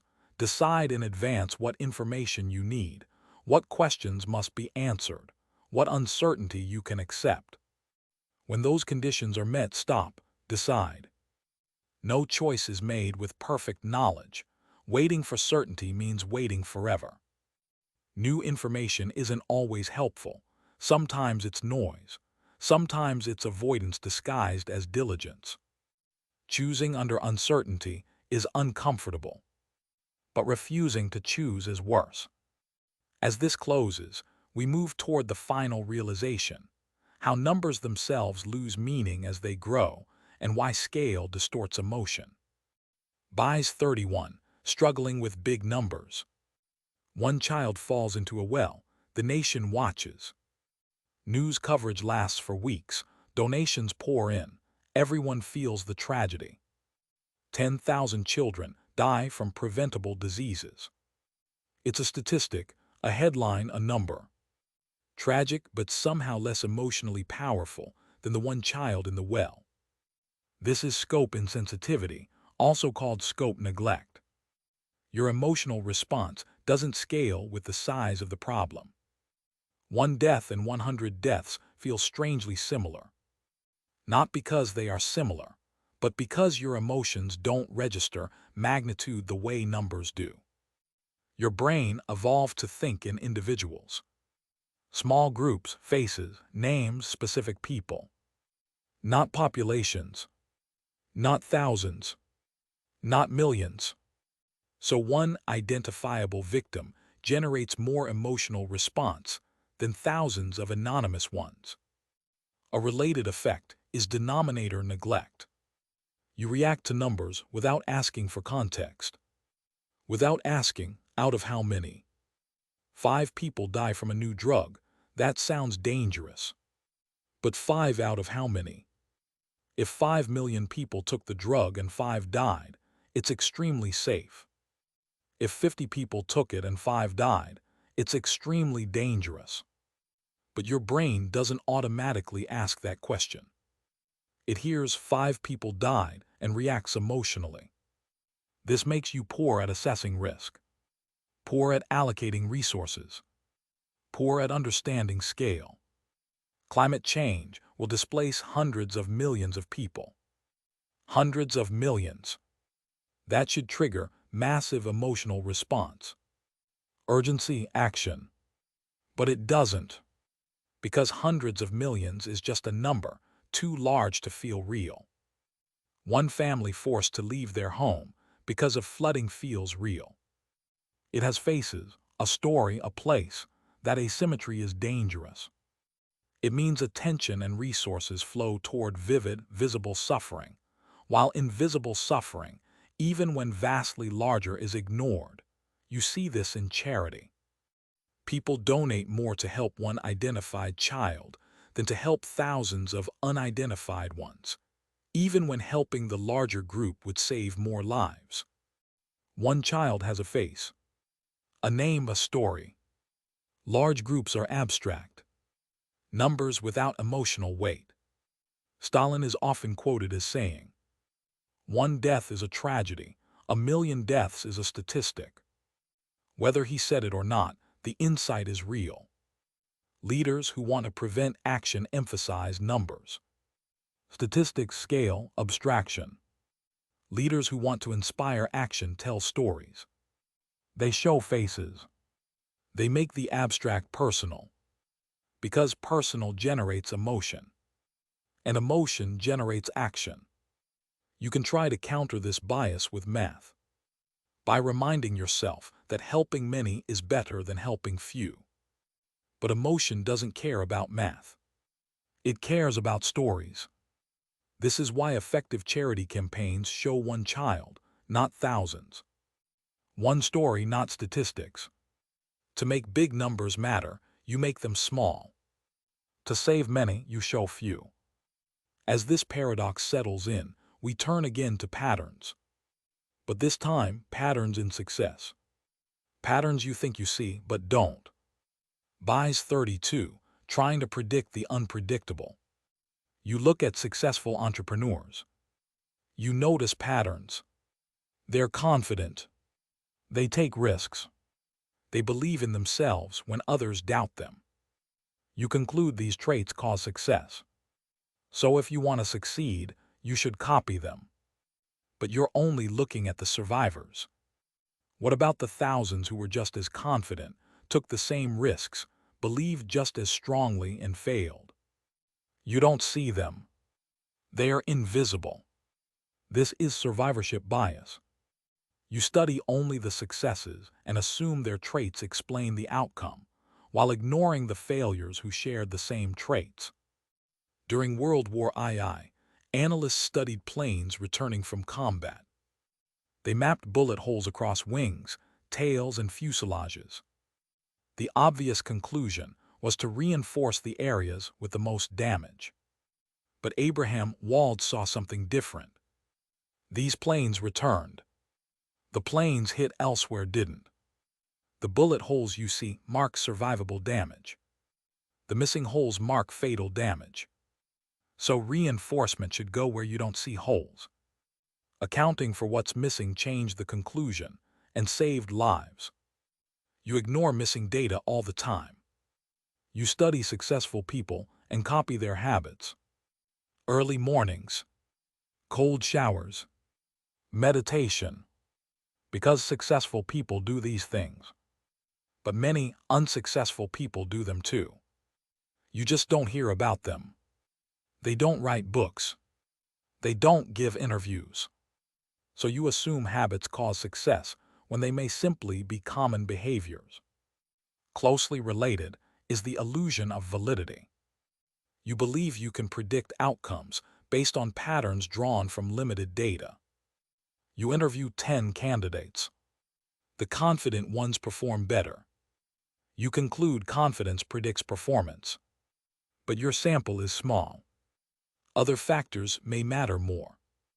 With different candidates, the pattern could disappear.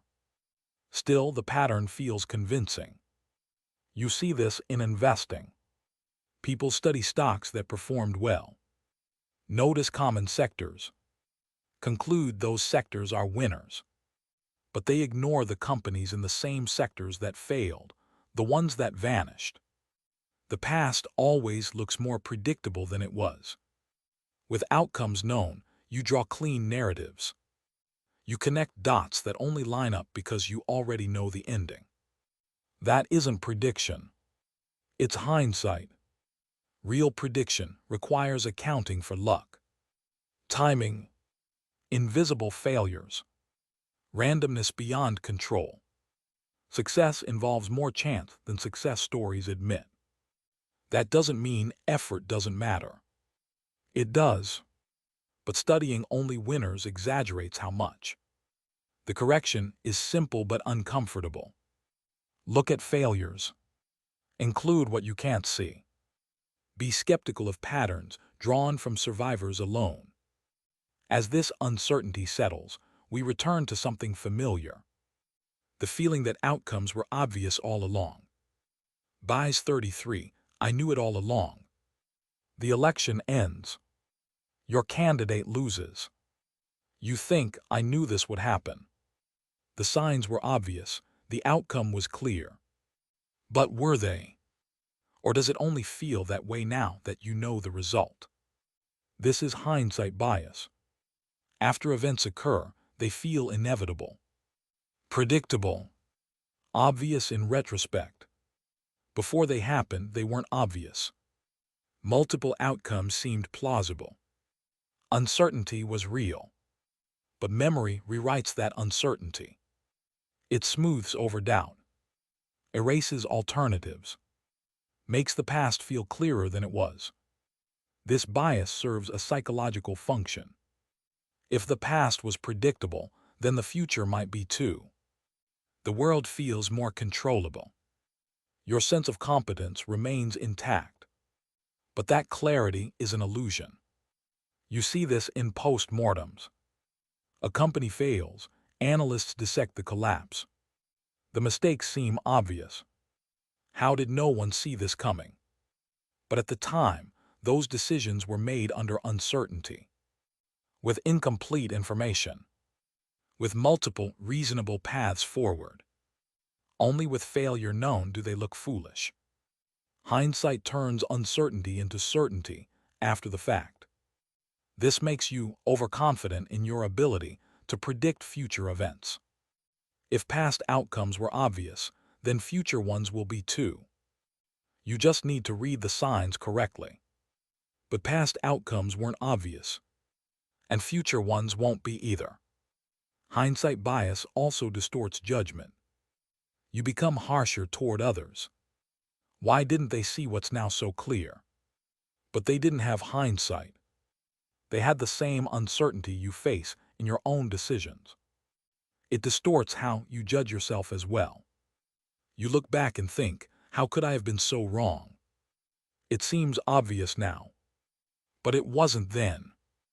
You made choices with the information you had, with limited clarity, with real uncertainty. The past was once the future. Recognizing this restores humility. Some outcomes were predictable and should have been foreseen. Many weren't. Hindsight creates false confidence by pretending uncertainty never existed. As this illusion fades, we turn to something quieter. How emotions guide judgment when thinking becomes difficult. Buys 34, trusting gut more at night. It's late. You're tired. Someone asks for your opinion on something complicated. There isn't enough energy to analyze it properly. No patience for weighing pros and cons. So you go with how it feels. Good or bad. Safe or risky. Right or wrong. That feeling becomes the answer. This is the affect heuristic, using emotion as a shortcut for judgment. It's paired with cognitive miserliness, the tendency to conserve mental energy whenever possible. Thinking carefully is expensive. It takes effort. When you're tired, stressed, hungry, or overwhelmed, your brain looks for shortcuts. Feelings are efficient. They arrive quickly. They require little effort. Sometimes they help. Your gut can integrate experience faster than conscious thought. It can signal danger or comfort before you can articulate why. But sometimes feelings are noise.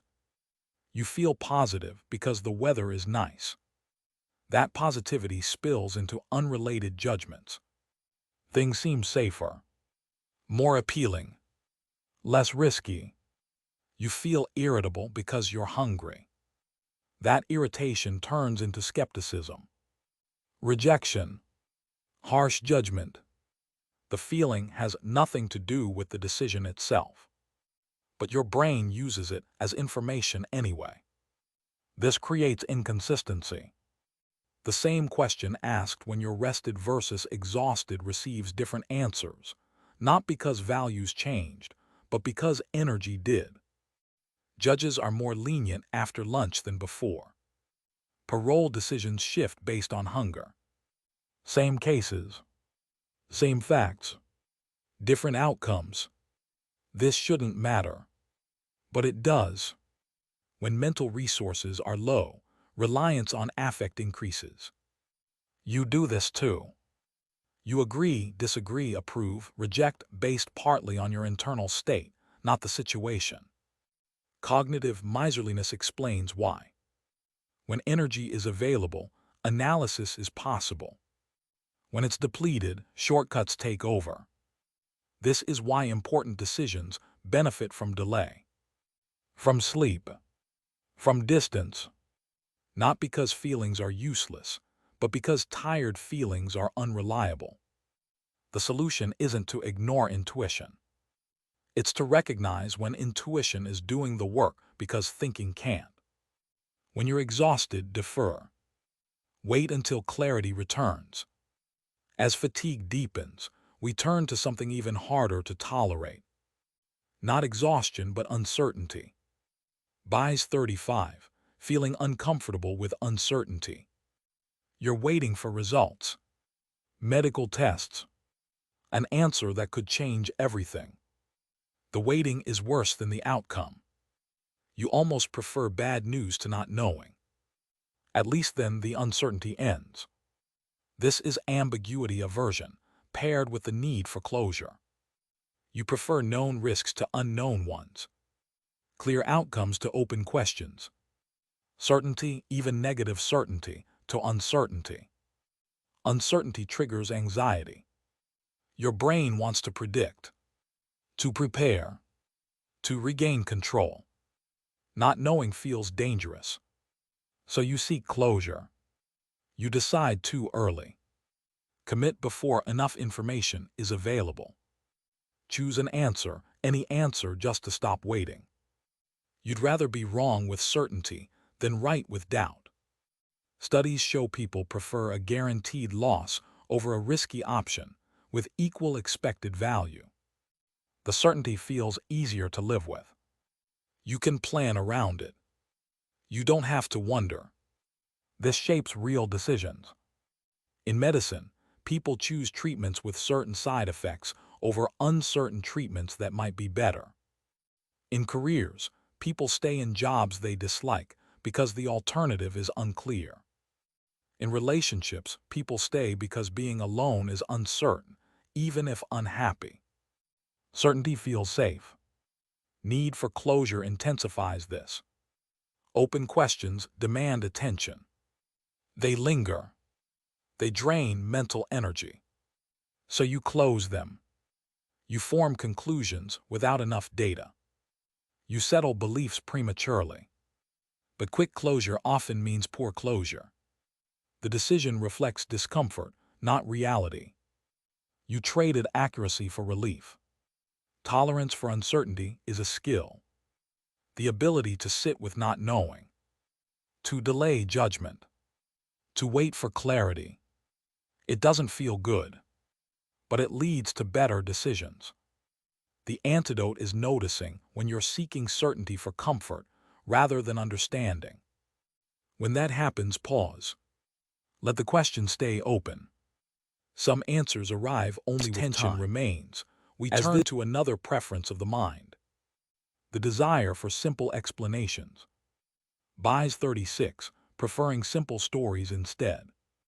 A complex problem appears. Multiple causes. Interconnected systems. No single villain. This feels unsatisfying. Complexity is hard to understand. Hard to explain. Hard to act on. So the mind simplifies. It finds one cause. One person to blame. One solution to fix everything. This is simplicity bias. It's paired with a preference for narrative, clear beginnings, causes, and endings. Reality rarely cooperates. Most problems have many causes. Most outcomes emerge from interacting forces. Most solutions require sustained effort across multiple fronts. But simple stories feel better. They offer clarity. They provide closure. They create the sense that the world is manageable. So you prefer them, even when they're incomplete. Economic downturns involve dozens of factors. But narratives blame one policy, one group, one decision. Health problems arise from genetics, environment, behavior, and chance. But you want one culprit, one thing to avoid or fix. Social issues emerge from long history and complex systems. But simple explanations spread faster. These stories aren't entirely false. They contain truth. But they leave out what doesn't fit. Complex explanations don't inspire action. They don't fit headlines. They don't spread easily. This problem has 17 contributing factors, doesn't motivate. One cause, one solution does. So simple stories win. You see this in personal life too. A relationship ends, and you identify one reason. Not a pattern of small issues. Not timing or mismatch or accumulated strain. One cause feels cleaner. Failure becomes one mistake. Unhappiness becomes one missing thing. These stories are emotionally satisfying. They make the world feel predictable. If one thing caused the problem, fixing that one thing should solve it. But reality resists simplicity. Most problems are multi-causal. Most solutions are partial. Most outcomes remain uncertain. The correction is accepting complexity. Being okay with explanations that don't fit neatly. With problems that don't have clear villains. With solutions that require patience. This isn't comforting, but it's more accurate. As complexity settles in, We return again to survival, to who you notice and who you don't. Bias 37, seeing only success stories. You read about founders who dropped out of college and became billionaires. Bill Gates, Mark Zuckerberg, Steve Jobs. The pattern seems obvious. They left school. They followed their instincts. They succeeded. So you conclude that college is unnecessary, maybe even harmful. But how many people dropped out and failed? Thousands, tens of thousands. You don't hear about them. You don't see their stories. This is selection bias, closely tied to survivorship bias. What enters your awareness isn't representative. It's filtered. Success is visible. Failure disappears. Winners get interviews. Losers fade quietly out of view. So you draw conclusions from a distorted sample. You see musicians who practiced 10,000 hours and became world-class. You conclude that 10,000 hours of practice creates mastery. But many people practiced just as long and never reached that level. They didn't become famous. They weren't studied. Their effort isn't counted. You see athletes who trained relentlessly and won championships. You don't see those who trained just as hard and lost. You see startups that survived risky decisions. You don't see the identical decisions that led to collapse. Survivors define the narrative. This creates misleading lessons. You copy the habits of winners, assuming those habits caused success. But habits alone don't explain outcomes. Timing matters. Competition matters. Luck matters. When failures vanish from view, success looks simpler than it is. This bias doesn't just mislead ambition. It distorts policy, education, and advice. People promote strategies based on who succeeded, not on who tried. But for every visible success, there are many invisible attempts. Ignoring them inflates confidence. It underestimates risk. It creates false certainty. The correction is remembering the unseen majority. For every story told, many are untold. For every survivor, many didn't survive. As this quiet imbalance becomes visible, we turn inward to how strongly your mind wants to protect what it already believes. Bias 38, wanting your mind to be right. You hold a belief. Someone presents evidence that contradicts it. Clear evidence, carefully collected, difficult to ignore. Yet your belief remains. Instead of changing your mind, you explain why the evidence doesn't count, why it's flawed, why it doesn't really apply. This is belief perseverance, reinforced by cognitive consistency.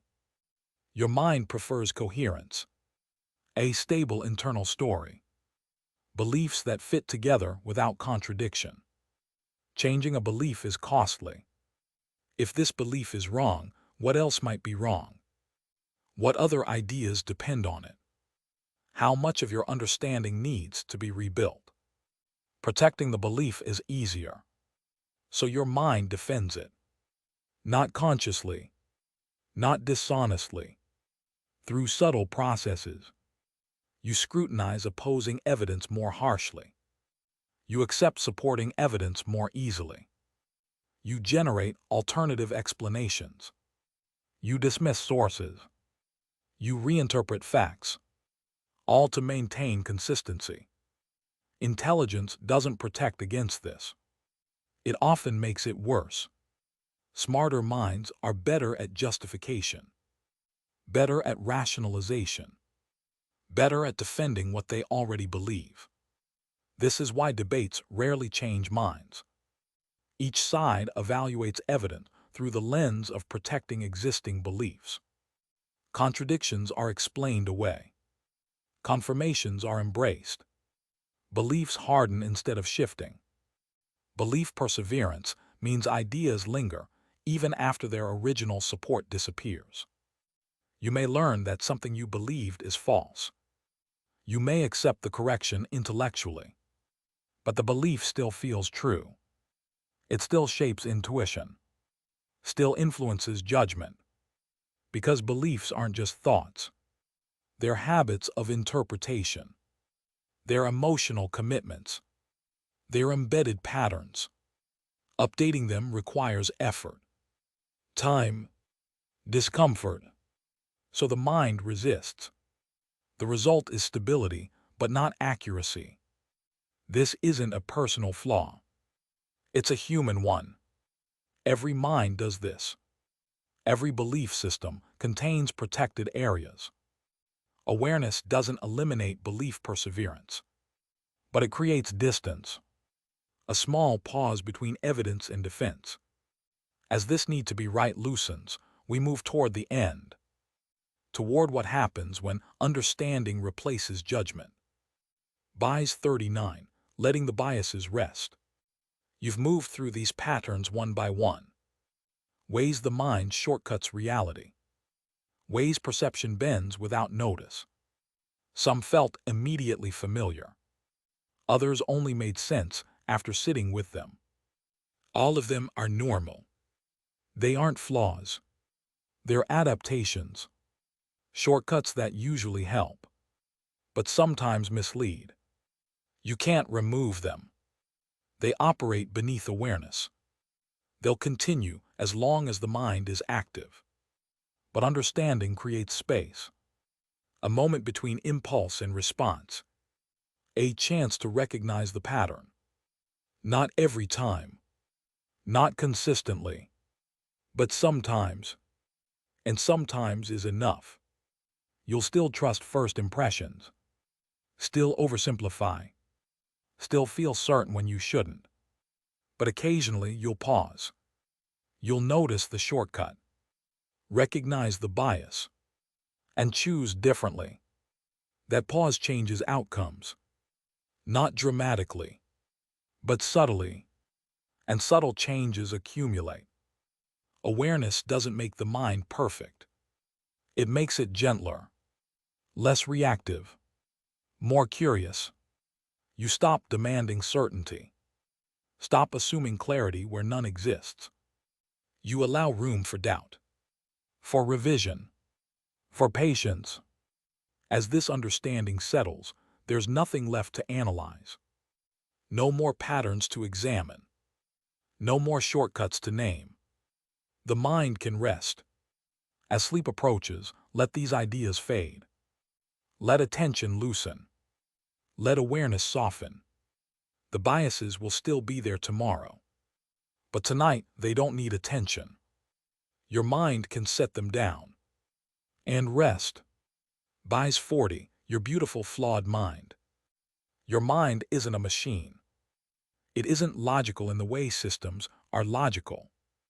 It's a biological process shaped by evolution, designed to survive, not to be accurate. It runs ancient patterns on modern problems. Shortcuts built for speed, not precision. And most of the time, those shortcuts work. They keep you functioning. They prevent overload. They allow decisions when perfect reasoning would stall you completely. These biases aren't malfunctions. They're trade-offs. Accuracy traded for efficiency. Depth traded for speed. You judge quickly because pausing every time would be exhausting. You simplify because complexity would paralyze you. You rely on feeling because constant calculation isn't possible. Every bias serves a purpose, or once did. That doesn't mean mistakes don't matter. It doesn't mean choices don't have consequences. But it does mean you don't need to treat imperfection as failure. Your mind isn't broken. It's human. Everyone else's mind works the same way. The thoughtful, the careful, the self-aware. No one escapes these patterns. The difference isn't having biases. It's noticing them. Awareness doesn't remove them. It softens their grip. It creates space. room to pause, room to reconsider. You won't always use that space, but sometimes you will, and sometimes is enough. You've spent this time observing how your mind works, not to fix it, not to correct it, just to see it more clearly. That clarity isn't loud. It doesn't demand action. It simply sits there, available. As sleep arrives, let the analysis dissolve. Let the patterns fade into the background. Your mind can stop examining itself. It can rest. Tomorrow, the shortcuts will return. The biases will operate quietly again. But tomorrow, you'll recognize them a little faster. Hold them a little lighter.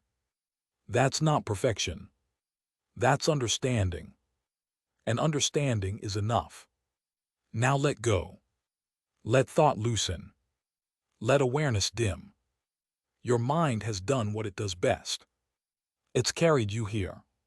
Flawed, brilliant, human. That's enough. Sleep now.